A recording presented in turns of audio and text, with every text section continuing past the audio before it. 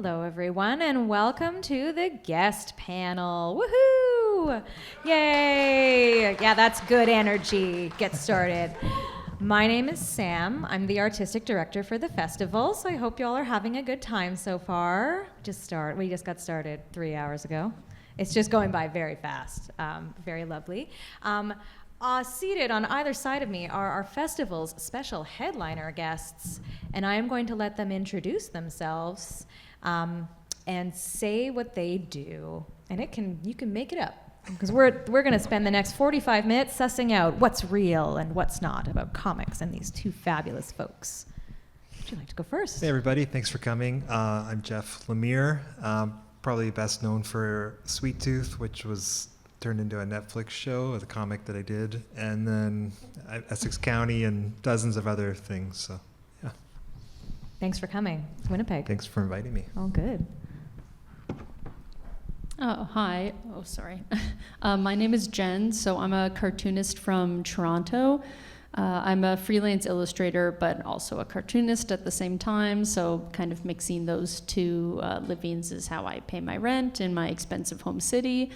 My most popular ongoing series is called Magical Beatdown, which is released by Silver Sprocket. And I'm currently working on a mental health memoir right now. And I also work at the Ontario College of Art and Design, where I help students with risograph printing. Amazing. Who here knows what risograph printing is? Ooh. Oh, good. Thanks, Diana. It's a really cool medium, cool way of printing, very traditional. We are going to be getting our own Riso printing studio up and running, not us, Prairie Comics Festival, but in Winnipeg. We will have one. So these two folks are from Toronto.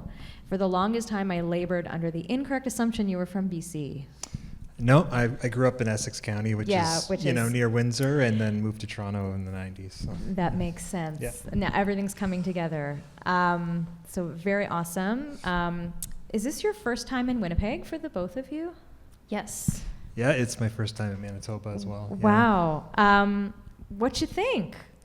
It's been great. I mean, you've been here far. like 24 Yeah, hours. I've been here for less than a day, but really Yeah. nice people, and yeah, it's really cool. Yeah. Cool. Yeah. Well, we're super excited to have the two of you. I wanted to just maybe talk a little bit. So the eternal question of how did you get started, and mostly just for the accessibility reason, because I feel like, especially for both of you, you both have very big portfolios now. And so people will look at that and be like, well, you've built all that up, but like, what was the thing that got you going? I'm sure that you excavate quite a lot of this in your memoir, which just came out. Yeah, do you want me to start? Yes, I would like you to. Yeah, I mean, I started, I always loved comics as a kid, obviously, like most people here probably. I was drawing comics all the time as a kid, and but I grew up in a small town, a farm in southern Ontario, and I didn't really know anyone else who was involved in the arts in any way. Everyone there was a farmer or a factory worker, and so I didn't really see a path towards a life making comics for a living or doing art really.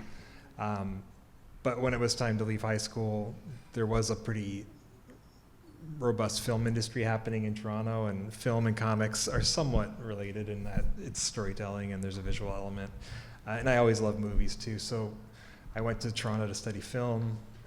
And I did that for 4 years, but as I was in the program, I just started drawing more and more and kind of falling back in love with comics. So by the time I graduated in '99, I was not really doing anything in film, but I was really starting to make my first mini comics. And and I think I did that for a good 5 or 6 years, where I was just self-publishing mini comics in Toronto. And this was before really the internet was the thing it is now, so it was all walking around and handing them out on commission, and started very small, and then I started doing sort of longer form books, and I self-published a graphic novel I got a grant for in 2005, and then my next book was the Essex County trilogy, the first part of it, and I actually sent that out to some smaller publishers in Canada and the US, and Top Shelf published it, and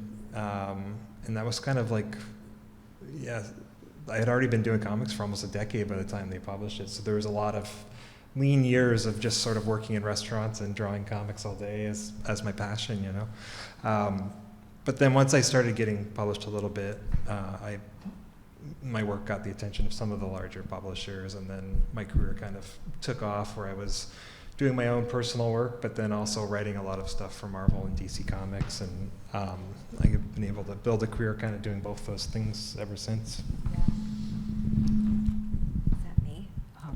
Oh. Yeah, that's just, and it's just, as you're like explaining the timeline, I'm like, there's 10 years. There's another 10 years, Yeah. like 2005. Nothing. So I'm doing my first small press shows with Deanna in Toronto at like the Gladstone upstairs, right? Yeah. Oh, wow. Yeah. Do they still do those? I don't Or know. any events at the Gladstone? I doubt it, yeah. No. Oh, when I was doing, oh, sorry, I don't want to take the panel away from anyone, but I did a publishing program in 2010, and there were so many events at the Gladstone, like every Yeah. single week. That's where you networked, you know, with everyone. Yeah, It was we the made a cool little place. community. I met Deanna and a few other people, Yeah. and up until that point, I didn't really know anyone else doing comics, so I was really just in a vacuum, kind of figuring it all out by myself, and it was nice Yeah. to start meeting people and Yeah. kind of, because the community of comics, as you can see today, is such a wonderful thing to be a part of. So yeah, Yes, it's and great. very trying to explain to people the difference between indie and Yeah. like traditional. So Jen, let's talk about some of your origins, and also you're like in an environment where like your job is like also teaching people like somewhat how to produce comics as well. So let's hear about that. So I'm the same. I think most cartoonists, you grow up doing comics, or at least like copying the comics out of the newspaper. So when I was really young, my dream job was I was going to take over Garfield for Jim Davis. Nice. And then when I moved on from that, I was going to take over Betty and Veronica, but neither of those panned out. I kept making my own comics through high school, but I didn't really see a path forward as well. I didn't understand the indie comic kind of industry. I didn't want to make superhero comics. So I went to school for fashion design. So that's where my inclination for like most of my characters or illustrations that I do, there's like a heavy focus on fashion. That's partly why.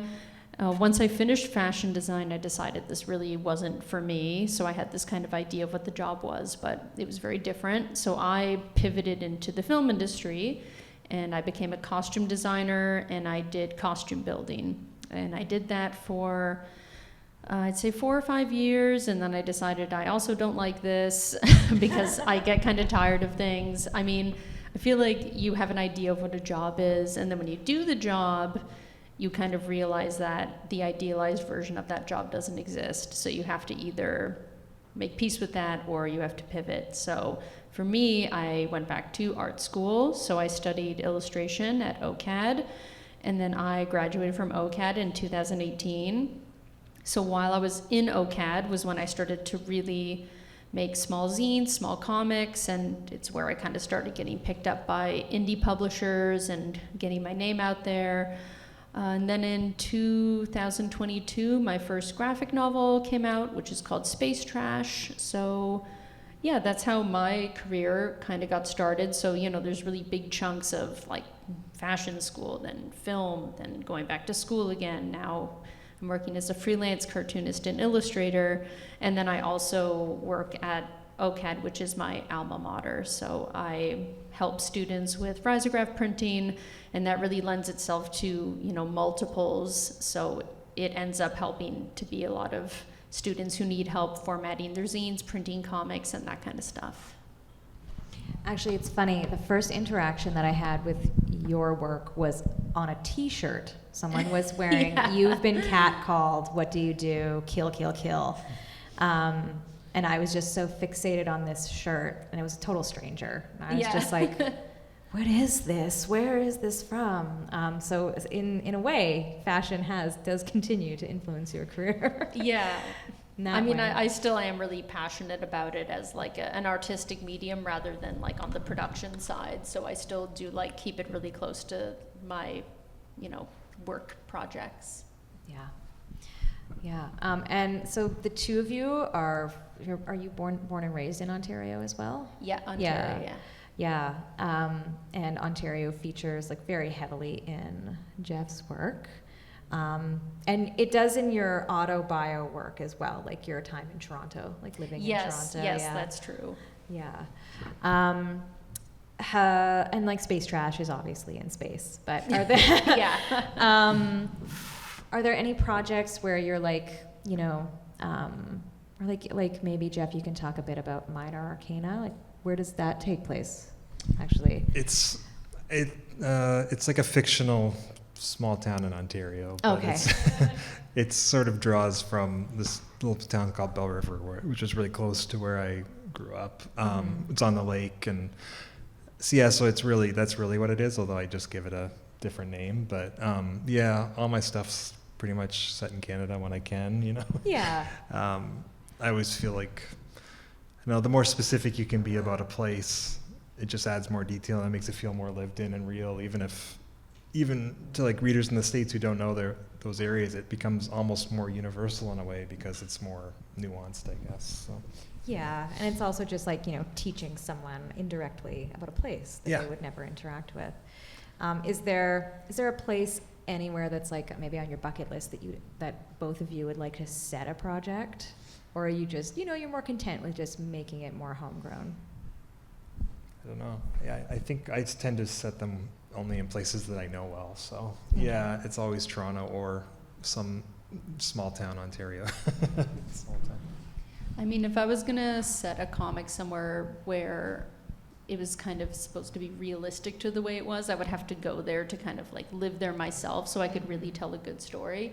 Yeah. Like with Magical Beatdown, it takes place in Japan, but it's just playing on like the tropes of, you know, anime and manga. So like I've been to Japan, but I've never lived in Japan. Oh, okay. So I'm more interested in telling stories about things where it's like, well, I don't live in space and no one lives in space, so I can kind of do whatever I want. Or if it's a place where that exists in real life, it either has to be kind of like a cartoon version of it, or it needs to be like a real place that I know. Like Toronto, I know very intimately, so I feel comfortable doing that. Yeah.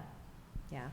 Also, anyone in the audience at any time, if you have a question, please feel free to put those hands up. This is an ongoing discussion, and we're just having fun up here. So, if you think of anything, just let us know.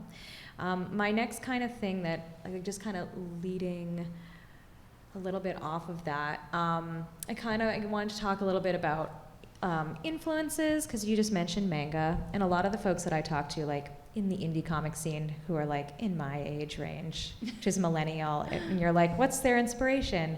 And they just go, oh, this anime, you know, from the 90s. And they're embarrassed, but it's like, well, that's great. Those are great mediums.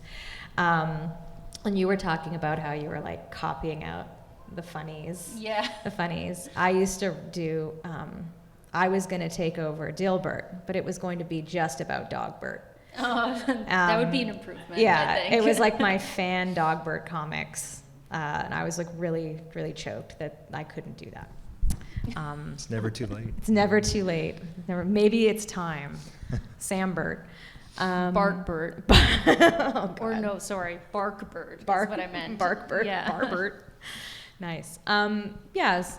Jeff, did you want to talk about some things that you're like, you read it or you interacted with it and you were like, yes, me someday? I don't know. I come from, I'm a bit older. I think I was like a kid in the 80s. So the only comics I really had access to, because I grew up in a really tiny farming town, were whatever you'd find at like the local gas station on the newsstand, which they don't even have comics on the newsstand anymore. In my time, it was Bernstein Bears at the gas station. Yeah. So I really only had access to the Marvel and DC superhero stuff. So I grew up on that. And I still love that. Obviously, I work in that as well. But when I got in my teenage years, that stuff started to stop speaking to me as much, obviously. And I kind of got more into, the alternative comics of the time. So, Seth and Chester Brown and, those Canadian cartoonists and Dan Clowes and all that stuff, and it kind of opened me up to like a wider sense of what comics could be. And then when I moved to Toronto, I think we had a great shop, The Beguiling, and I all of a sudden could find all these European cartoonists as well. And so I don't know, I have a really pretty wide range of influences, which I think you kind of see in my work, where I can do really mainstream stuff, but then also more personal stuff. So I've always kind of been unique in that I love all that stuff and kind of Yeah. treat it all equally in a way. Are like some of them more like a comfort than others that you're like, oh, I'm always settling back into just kind of enjoying these ones more than others, or you're all over the place? I don't know. It's all over the place. The stuff that really, like, I think the real formative stuff for me was in the early 90s when, like, the initial Vertigo comics started. So I was, like, 14, and it was perfect for, I was kind of sick of superheroes, and it was a little more adult and weird and stuff. So that stuff is always kind of has a special spot in my heart, I think. Yeah. Yeah, and, all the DC Comics stuff is kind of like comfort food. It's why I keep working for them. It's just sort of like slipping into an old universe that I know well and having fun with the characters. An old soft coat. That's good. What are your influences, Jen? Your formative material. And it can be comics, it can be animated stuff. Well, most of my formative stuff was comics. Betty and Veronica was very formative for me. Yeah. I don't have like that style that really reflects it, but I loved Betty and Veronica growing up, and my next major obsession was Sailor Moon, so I began copying Sailor Moon out of, I would get like these Japanese comic magazines called, I think, Smile or Mix, there's some title like that, so I would copy those panels.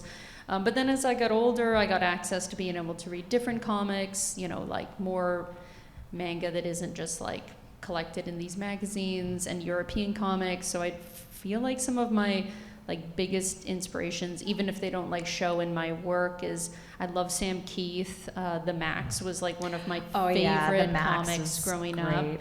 I love Naoki Urasawa, who did 20th Century Boys. And I love, did I say that right? Naoki Urasawa, yeah, that's right. And then I love Ayazawa, sorry, the names are similar, in my head we're saying they were the same thing. Ayazawa does Nana and Paradise Kiss, which are two comics that are so formative to me, especially Paradise Kiss, which is about going to fashion school, so that really hit with me.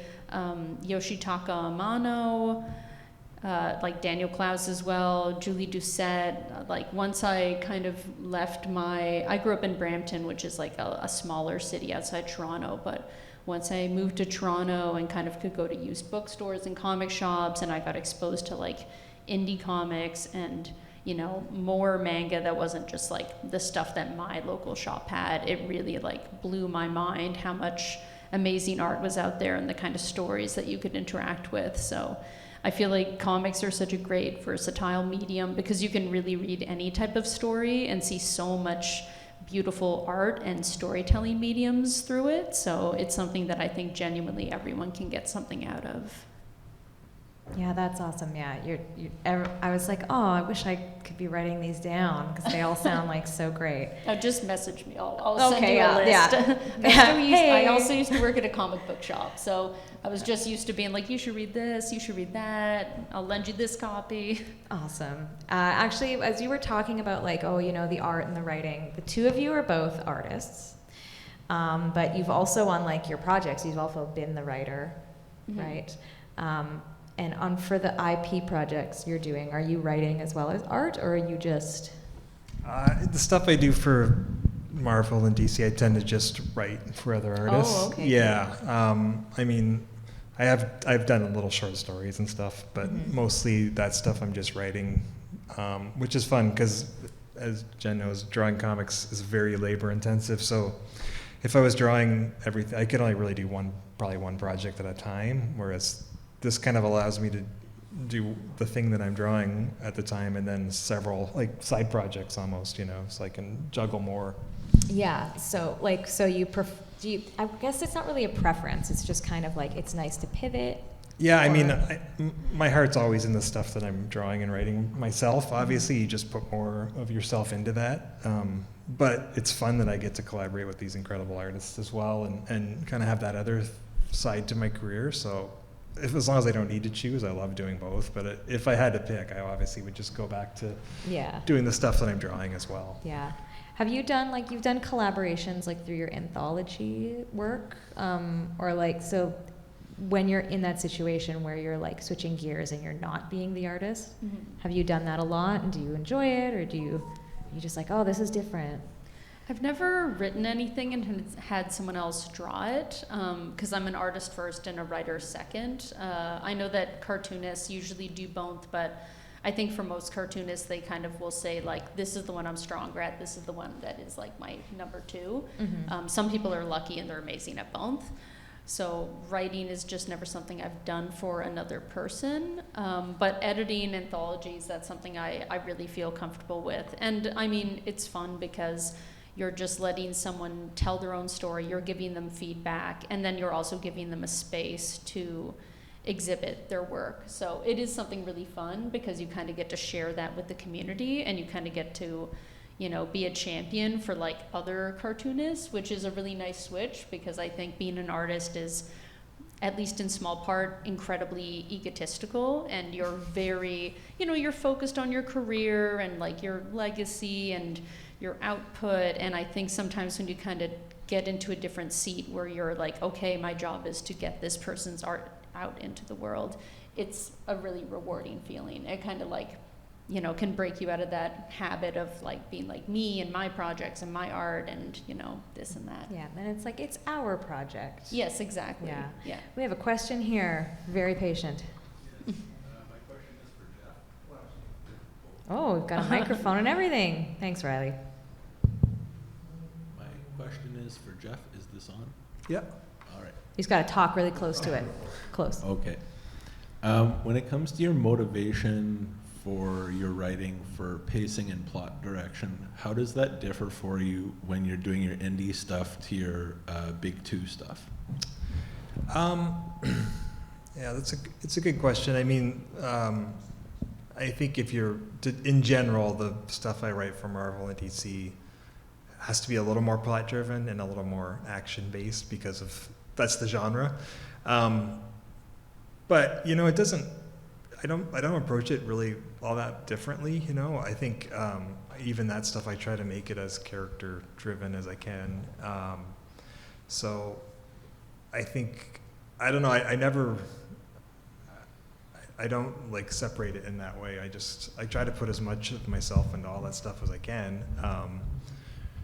It's just a bit easier with creator-owned stuff, obviously, because you're working in your own worlds that you've created, your own characters, so you just have a little more freedom in general, I think, than you do with the other stuff. There's a little more, the other stuff is a bit more of a collaboration, where you're working with an editor and the artist, and you're already working within a pre-existing world with characters that you didn't create. So there's just, I guess, more boundaries and things that you have to be aware of, and more history, but it can be just as fun too. Kind of working on your own pace, as opposed to if Marvel or DC gives you like, hey, have this story arc wrapped up by such and such time, or... Oh, in terms of like scheduling and stuff? Yeah, I mean, I don't know, I tend to be pretty far ahead of my artists always, so I'm never too rushed, you know, even with the Marvel and DC stuff. I like to be far enough ahead that the only way I can juggle a lot of projects is if I can take breaks, so I have to be far enough ahead that I can take a couple months off of all those things anyway. So I never, my indie stuff or my Marvel DC stuff, I'm usually so far ahead that I'm not worried about that kind of pace or schedule. Awesome. All right, thank you. Thank you. Jen, have you ever worked on like someone else's IP? And would you ever? And I guess Betty and Veronica. No, I don't even think I would work on Betty and Veronica. Post-apocalyptic Betty and Veronica. I've been asked to work on things, but I just I never thought they were a good fit. Like I didn't understand why I was the one being asked. So, and I feel like if I don't have passion for it, I'm not going to do a good job. So then I say no, because I just feel like I'm going to do a disservice to the IP itself.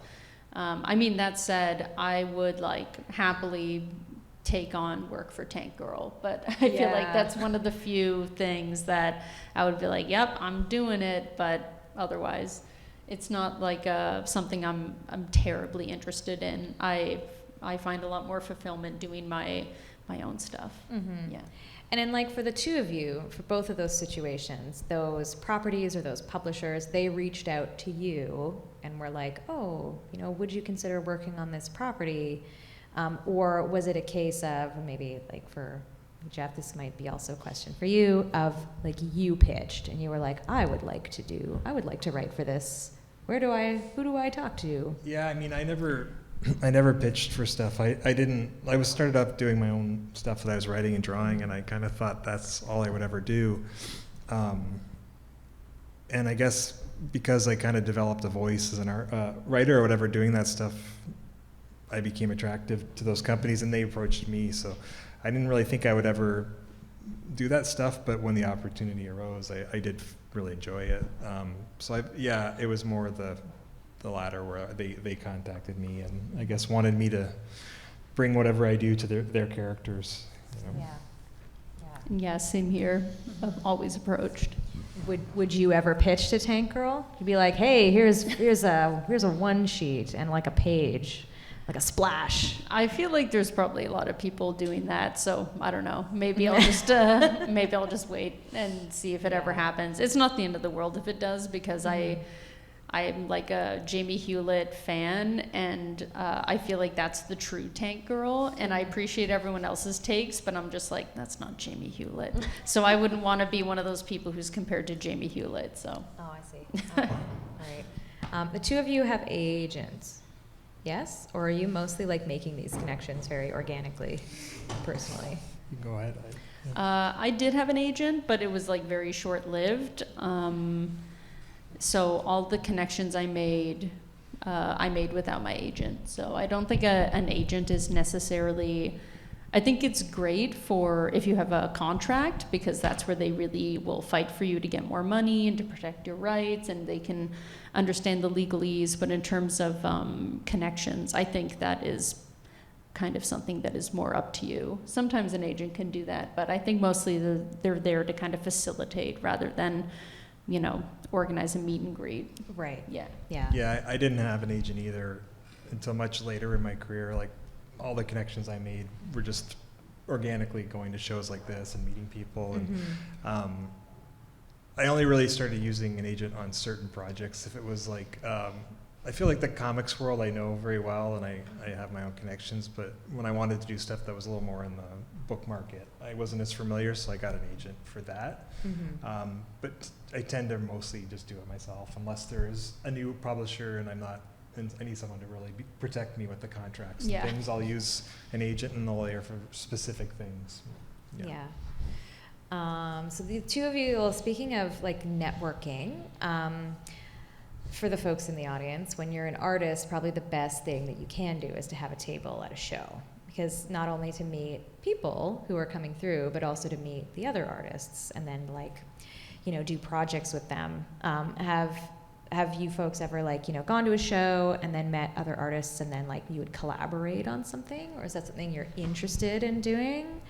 Yeah, I do all the time. A lot of collaborators I've met that way at shows. A lot of my long-term friends in comics I've met at shows, and I'm trying to think of an example. I think a number of people I worked with at Marvel and DC were artists I met at shows, and I hit it off with them, and then you kind of want to work with them. I asked Jenn to do a cover for one of my books today, so there you go. Stuff like that.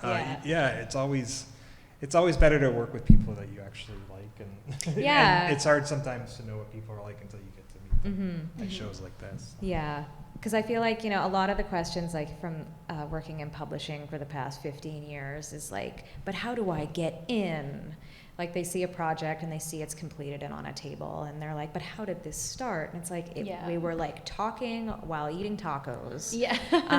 And we were look, this bat shit crazy idea, and then we made it into a 200-page book together, or this anthology. Yeah. It's strange. I had done the Essex County books, which were successful for an indie comic, but not really widely successful.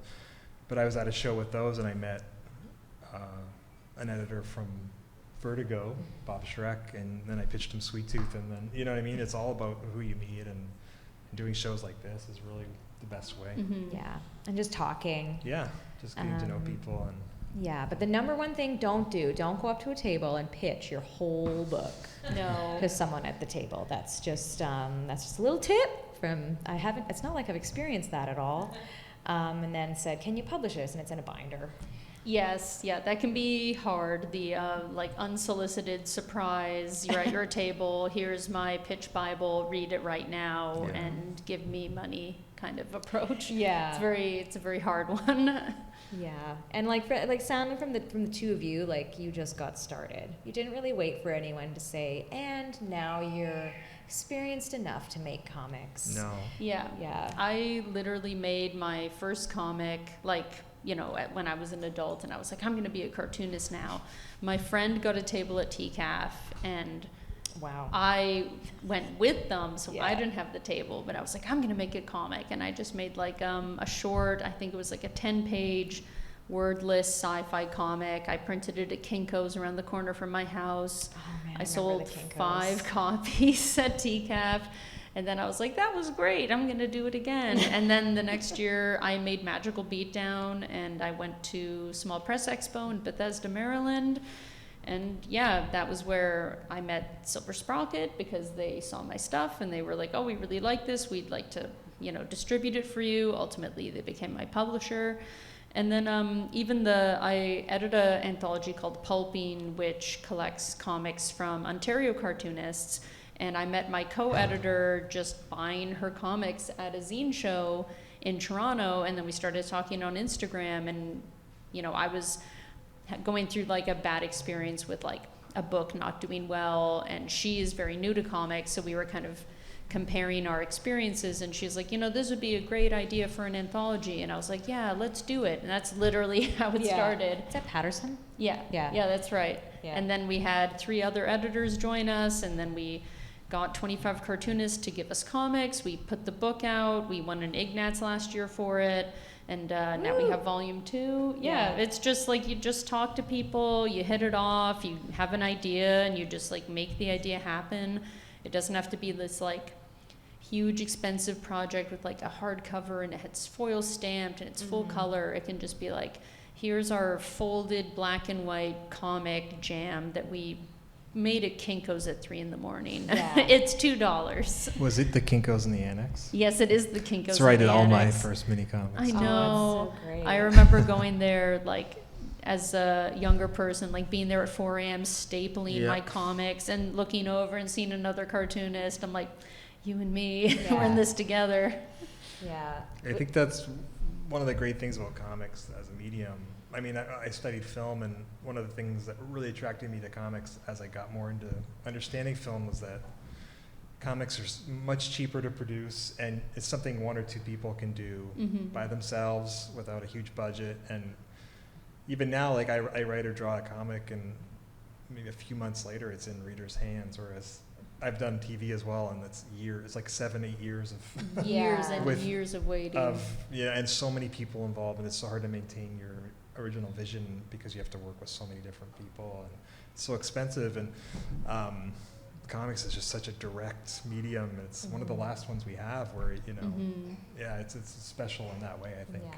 Yeah, where the vision is like right there. Yeah. And, you know, doing a TV interview about Prairie Comics Festival and getting asked that like canned question of why are they so popular right now and culturally. And it's like, well, if you're really thinking in cinematic terms, it's a movie in your hands that you're experiencing with words and pictures, but it's not as expensive, like you said. It's just there. And I think the thing that initially attracted me to comics was that every artist and every cartoonist had their own style, and it was almost like their handwriting. It's so individualistic, you know. And in a world where AI is coming and all this other stuff, it's still it feels you can see that it's handmade by a person, and each one's unique. And I think that's something special that people are still drawn to even more maybe now. But Definitely. Yeah, and just trying to find that authenticity in the medium, as well as even just like the expression of like the experience that's happening. And the two of you have done autobio, like nonfiction comics as well, like about yourselves. So like you've done these fantastical comics taking place in these, you know, made up worlds in space. But then you have your work. Those were the diary comics with Dumbass. Yeah. So Dumbass is sort of like like nonfiction autobio. Yeah. And then you're working on like a longer form project. Yeah, that's right. Yeah. Yeah. And Jeff, your memoir, 10,000 Ink Stains, just came out, which is a massive hardcover, full color book. I took one out to like show on TV, and I was like, oh, it's so big. I don't have a bag big enough for this. So I wanted to talk about that kind of like the different part of your brain that you're accessing to make like a diary comic or an autobio comic. And have either of you ever interacted with doing like 24-hour comic day or like journal comics?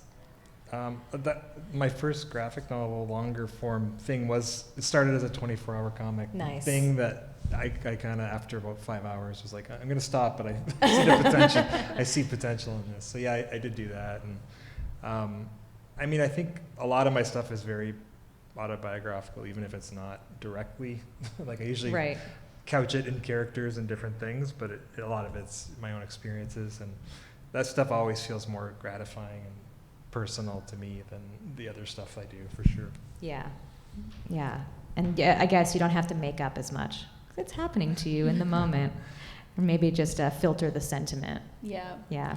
I've attempted the 24-hour gauntlet before, and I always fail because I don't have like a fast enough workflow to really like get a page done in an hour. Or, the hourly comic day too. Like, because I was like, well, there's 24-hour comic day where you're staying up all night long to make one, or you did it, and it took you an hour. Yeah. It took you an hour to make that hourly comic. Yeah. Whereas like hourly comic day, I have done that previous years, because you can just be like, here's a panel, because sometimes especially if you're an artist, it's like, what did I do from 1 to 2 p.m.? I was literally sitting in this position, looking at my desk, and I was drawing. Making a comic, It is a very boring comic. Here's a drawing of me. So that can be easier, but, my hourly comics I've never collected them, because it's always just like, here's me making the comic, or here's me doing the laundry. It's just a mirror of a mirror. Yeah, it's it's a just bit infinite. It's pretty boring. So I have done both of those, and I know some people have done like some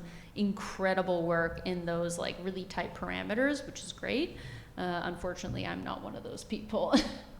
Awesome, but you do make you are working on one right now that's semi-autobiographical? Yeah, I mean, Dumbass is autobiographical. Okay. I mean, some of it is kind of like, really silly, but it is largely autobio about like burnout and the struggle of making art while you're also trying to make money to pay your rent, and just kind of like you have to fight with yourself a lot of the time to get yourself to the drawing table and to kind of get something to come out.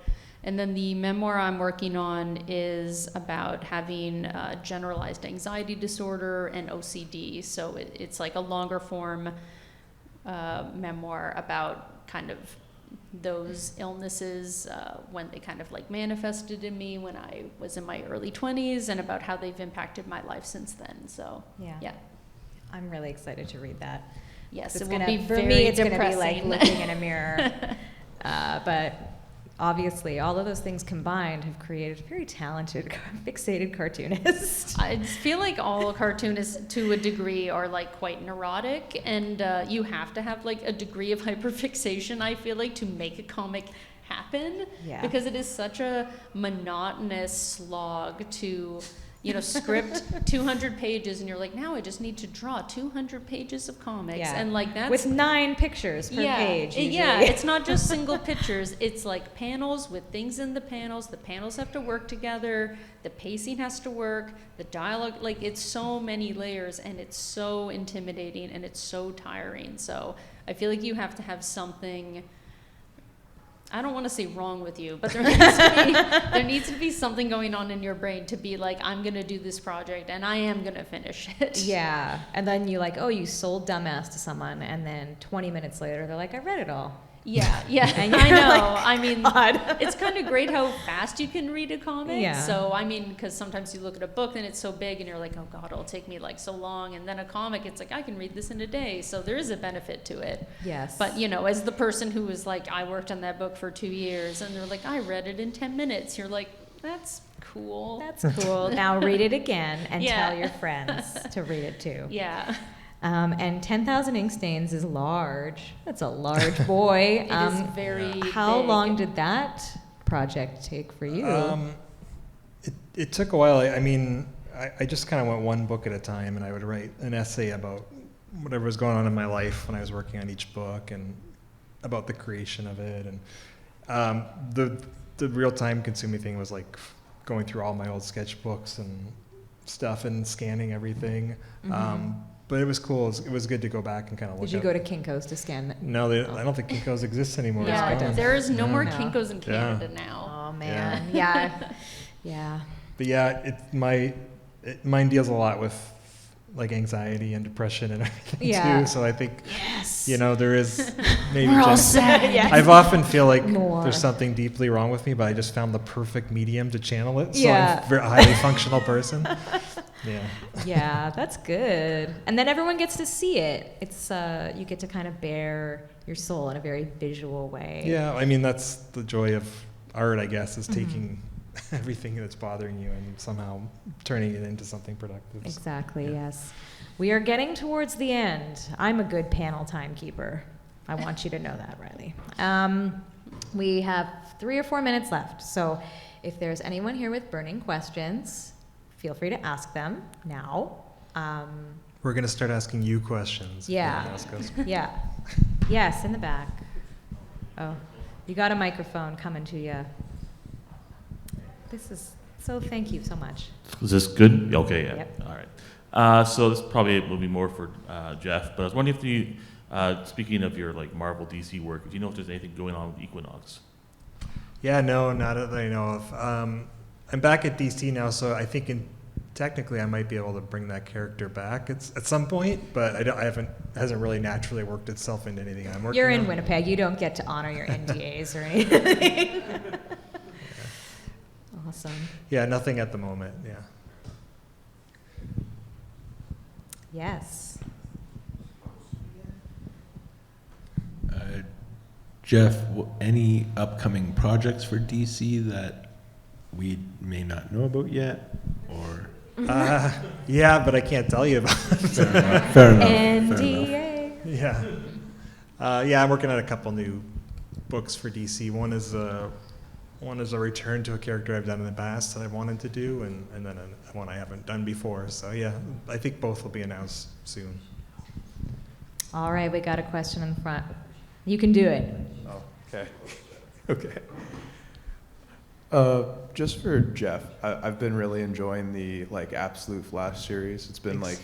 it's been pretty awesome. I was just wondering, cause how has the experience of been having to write an alternative version of the Flash with alternative characters that have a completely different origin compared to Yeah.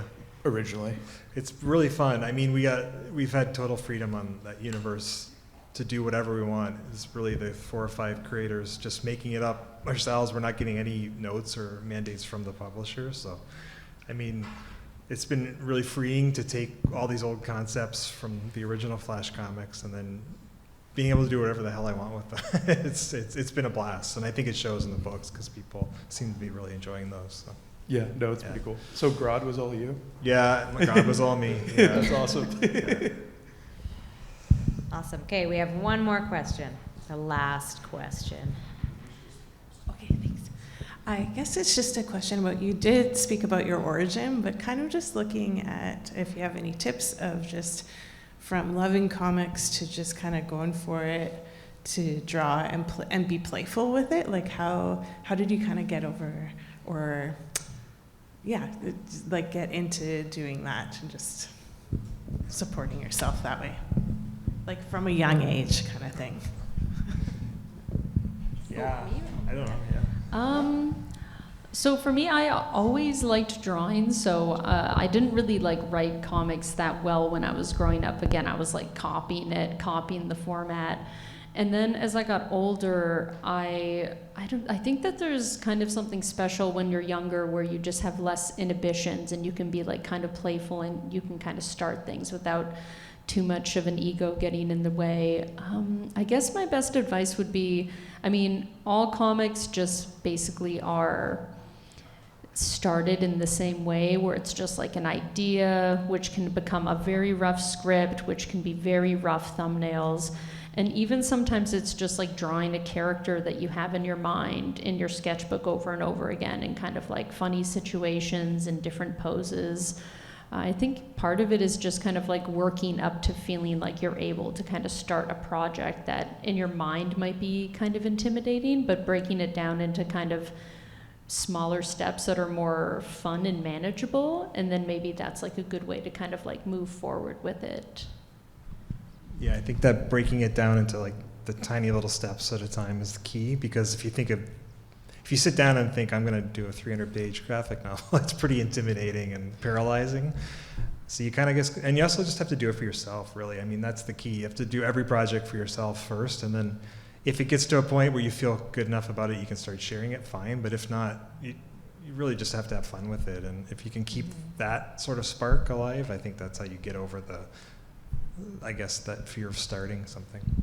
Yeah, the one thing that I will say to kind of close this off is that, so for the festival, we're an organization that runs all year round, and we have comics programming for kids from age 9 to 12 and from 12 to 17, or 13 to 17.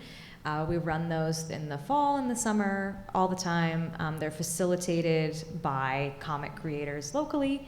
They take place at the Winnipeg Public Library, and there's no skill necessary to come to any of these workshops, and they're free at the library. So they're very accessible, and they're in all kinds of things like character creation and like doing like a 4-panel comic. And we do have them for adults as well.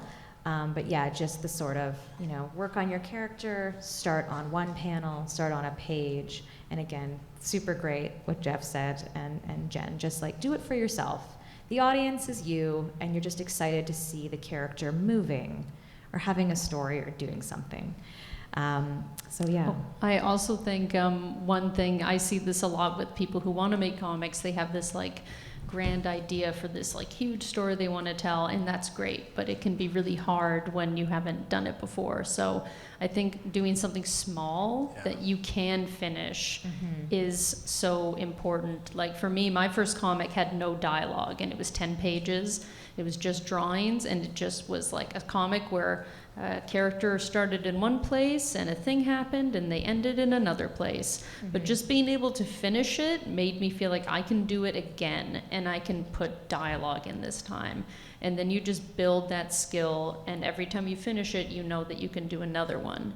So I think having a small start is also very important, because it will give you the confidence to keep going. Yeah, take your OC to the bodega. Yes. And then that's the whole story. We are out of time.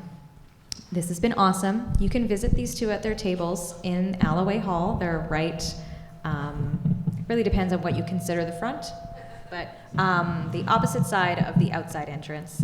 They are there. Buy their books, chat with them. They will also be at McNally Robinson tonight at 7 p.m. doing a signing and another chat. So come down to that if you'd like more and you didn't get to ask your question. And thank you so much for coming. Our next panel is at 2 o'clock. I can't remember which one it is. Thank you.